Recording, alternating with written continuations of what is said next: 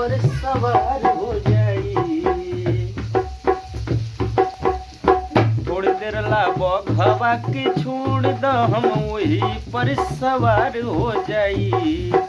ए माई होय तने तू दे द सकतिया अकेले सीमा पार हो जाई। ए माई होय तने तू दे द सकतिया अकेले सीमा पार हो जाई। थोड़ी देर ला बघवा के छोड़ द हम वही पर सवार हो जाई। ए माई होय तने तू दे द सकतिया अकेले सीमा पार हो जाई। ए माई होय तने तू दे द सकतिया अकेले सीमा पार हो जाई।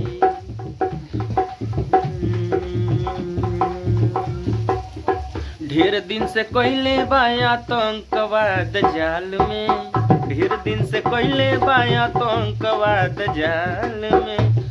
चाहे जियब खत्म करब हर हाल में। अशोक के दशहरा ए माई अब हरदम यादगार हो जाई।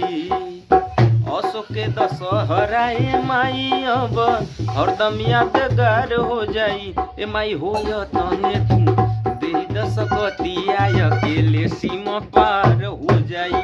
ए माई होय तने तू दे द